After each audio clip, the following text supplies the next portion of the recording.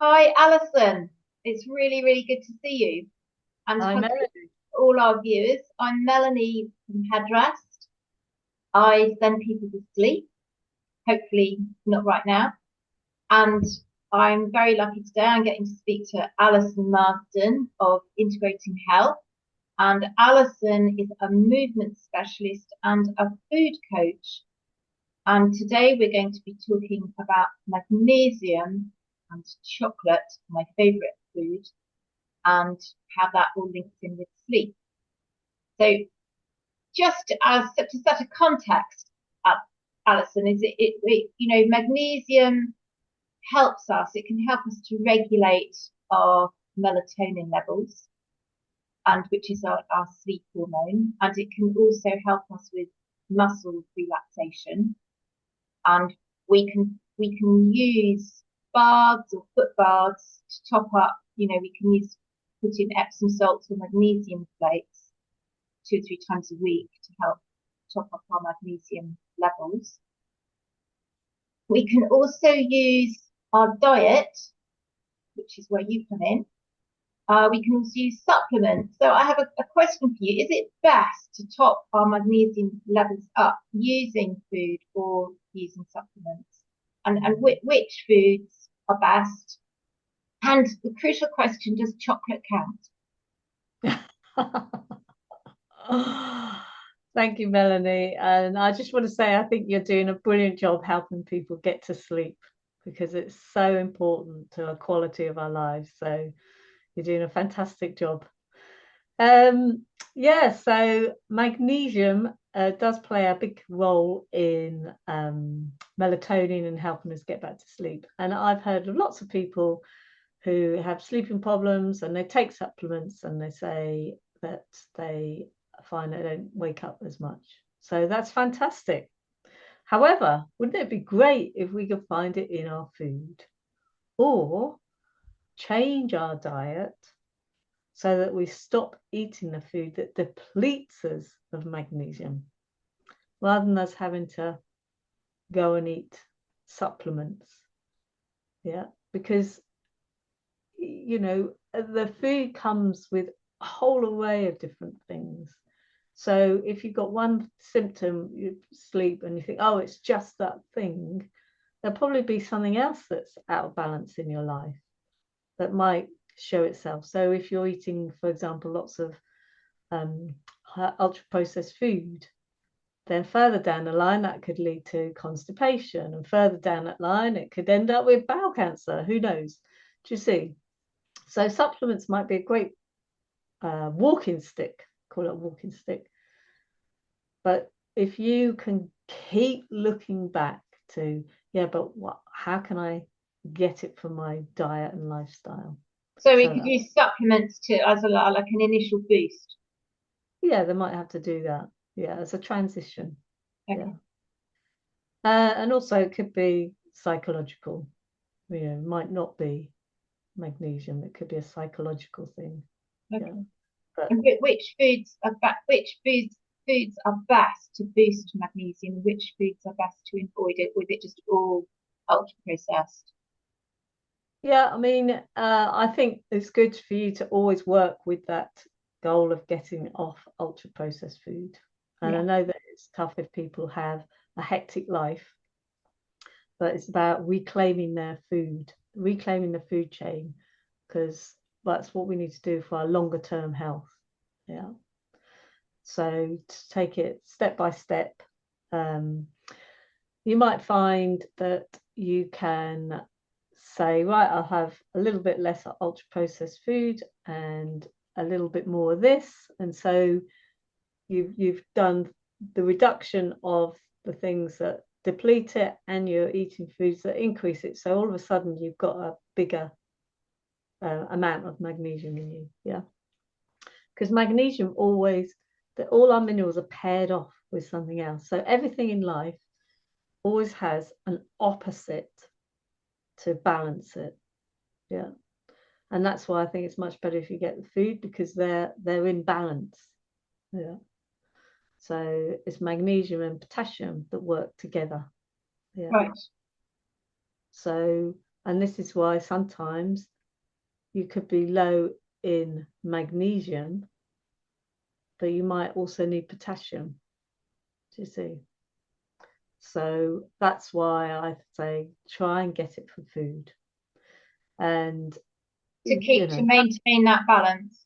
to maintain the balance. Yeah, And if you're eating foods like nuts and seeds, fruit and vegetables that have it, you're increasing your fiber, which helps your microflora, which improves your bowel movements, which increases brain function. Do you see what I mean? Whereas if you yeah, just take the supplement, you might have got a quick fix, but it's still highlighting, that there's something out of balance. Yeah, for sure. you to just be short of magnesium. So that's what I advocate. Okay. And I'm guessing you're going to say that chocolate really isn't the best food source of magnesium. Yeah, so if you're thinking, Chocoholics like me. I don't think chocolate's a bad thing. Yeah, it's this thing. It doesn't agree with my gut, so I don't eat it. But it's got lots of good things in it. And if you use ceremonial quality chocolate, you get even more of the good things. Yeah. Okay. So you could try some of that. But the thing, if you're Like thinking, good quality, 70% plus chocolate.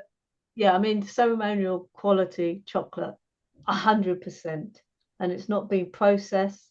So it's got all the good nutrients and it's got all the good properties which chocolate does to you. And that's what I was going to say, that chocolate opens up your body. Yeah. Right. And that's why a lot of women, when they're coming up to their periods, they crave chocolate because it has this expansive quality in the body, and that's what your body needs to do in order to start your menstrual cycle. Yeah. Okay. So there's this urge, this anticipation, and that can cause friction, and as women get with their symptoms, they get irritable, don't they, and things Yeah. like that. So it's this thing of going back to the sleep, because we're focusing on sleep, yeah. Because we're going to have another podcast about menopause, what we can do to help with the menopause, not the menopause, the menstrual cycle, sorry. But sticking to the sleep topic, if you, when you're going to bed, you're trying to calm the system down, and chocolate has caffeine in. And if you're thinking, oh, I'm going to have some chocolate before I go to bed, because it's got magnesium in. Do you see? You're having a tug of war. Then you're eating something that's got magnesium in, but you're also eating something that isn't going to help you sleep because of the Sure. caffeine and the expansive property it does to the I'll body. have to eat it at lunchtime then. Yeah, so you can have it at lunchtime. Yeah. Okay. And so why do some of us, Alison, like me, for instance, get cravings for chocolate, say chocolate and also coffee? Why why does that happen? Why do it feels like almost I don't have my natural appetite, which tells me when I've had enough. I don't seem to have that sometimes around chocolate or coffee, although it does seem to Yes. be getting better. Yeah. So there could be a couple of reasons for that. One of them is that there are bacteria in our gut that only survive on certain foods. Yeah. So when you eat them, it sends a message to your brain to say, I want some more of this. Yeah. And it's known that coffee is one of those. Yeah. Right. So a strain of bacteria that only lives on coffee. Yeah. Now, my belief is there's a strain of bacteria that only survives on chocolate. Yeah, Fine. with my own experiments. And this is what I try and give the gift to my clients, that they then get to know themselves in this process. Yeah, because we're always going through changes in our life, and I don't want to help them at this bit and then they stumble and they haven't got the tools to cope with the next change in their life.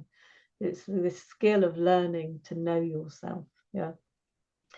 So that could be one factor, that you might have bacteria in your gut that only lives on chocolate. Wouldn't that be a Okay. fantastic life, wouldn't it? Hey, Wouldn't I it? can. I mean, if I was a bacteria, that is what I would do. Yeah. And so you get this message saying, I want more of it. Yeah. But there is this other aspect that chocolate, because it's fat and they put sugar in. So if you're going to get chocolate, which isn't 100%, it's got sugar in. Yeah.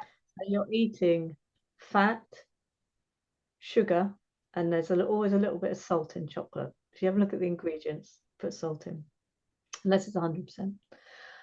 And those three ingredients, and they've done experiments on this, that if you eat something with those three ingredients, your brain doesn't have this cutoff to say, I've had enough. Okay. It bypasses that. And so those foods are highly addictive. Yeah. So this is why I say to people, if you're really struggling with it, have something incredibly sweet that's got no fat in. You think, oh, I don't want any more, do you see? And then just have something that's got fat in it, like I just have found actually a teaspoon of peanut butter often works for some bizarre reason, even though it is naturally sweet, but obviously not as sweet as chocolate. But I find somehow that is enough.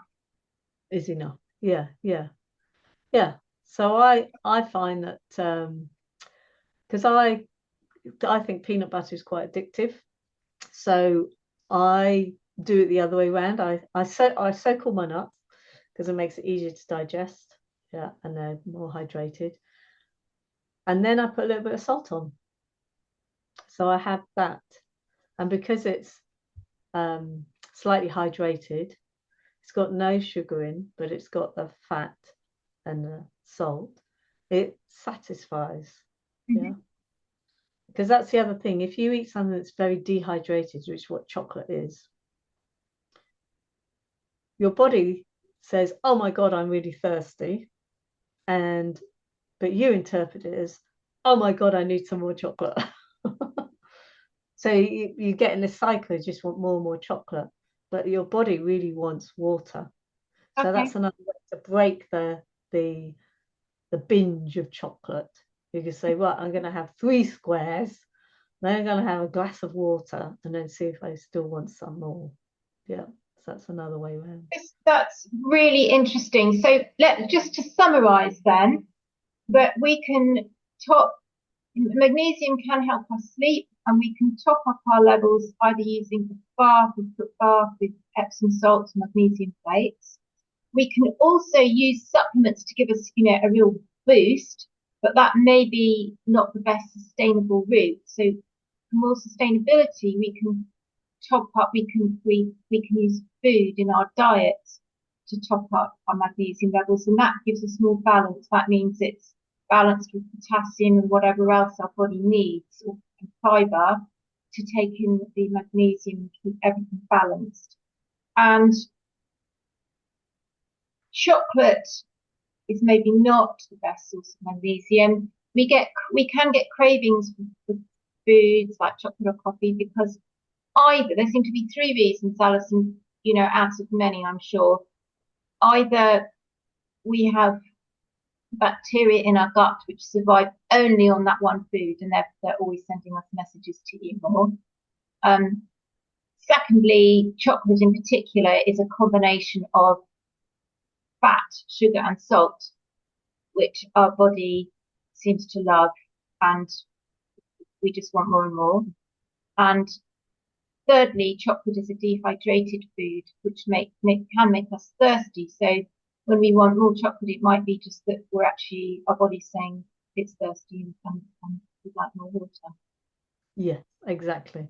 That's very, very interesting. I'm going to be honing in on those ideas and checking out what's going on for me with the chocolate thing. And Yeah. I'd just like to say to our listeners, Alison has just published a new book called The Jigsaw Method. I'm going to hold it up actually.